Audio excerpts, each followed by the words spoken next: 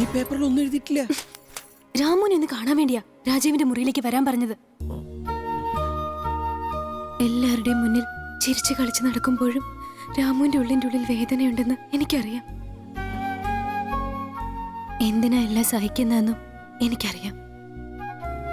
എല്ലാം കൃഷ്ണക്ക് മനസ്സിലായല്ലേ? ഈ കാര്യം നേരത്തെ എന്നോട് പറയാറുന്നില്ലേ? അതെനിക്ക് ഈ വീട്ടിൽ കയറി കഴിഞ്ഞപ്പോഴെല്ലാം മനസ്സിലായത്. ഈ വിവരം കാണാൻ എന്റെ അച്ഛൻ അറിഞ്ഞ? അച്ഛനെല്ലാം അറിഞ്ഞു കഴിഞ്ഞു.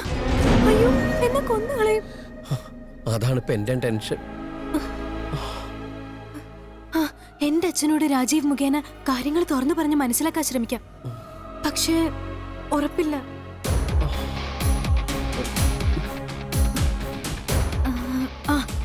എന്തായാലും രാമു ഒരു കാര്യം ചെയ്യും. എത്രയും വേഗം ഇവിടുന്ന് പുറത്തിറങ്ങണം. എന്നിട്ട് ആൾത്തറ അമ്പലത്തിന്റെ മുന്നിലെത്ത്. ബാക്കി ഞാൻ നോക്കിക്കോളാം. അല്ല, ഇത്ര ആൾക്കാരുടെ മുമ്പിൽ നിന്ന് ഞാൻ എങ്ങനെയാ?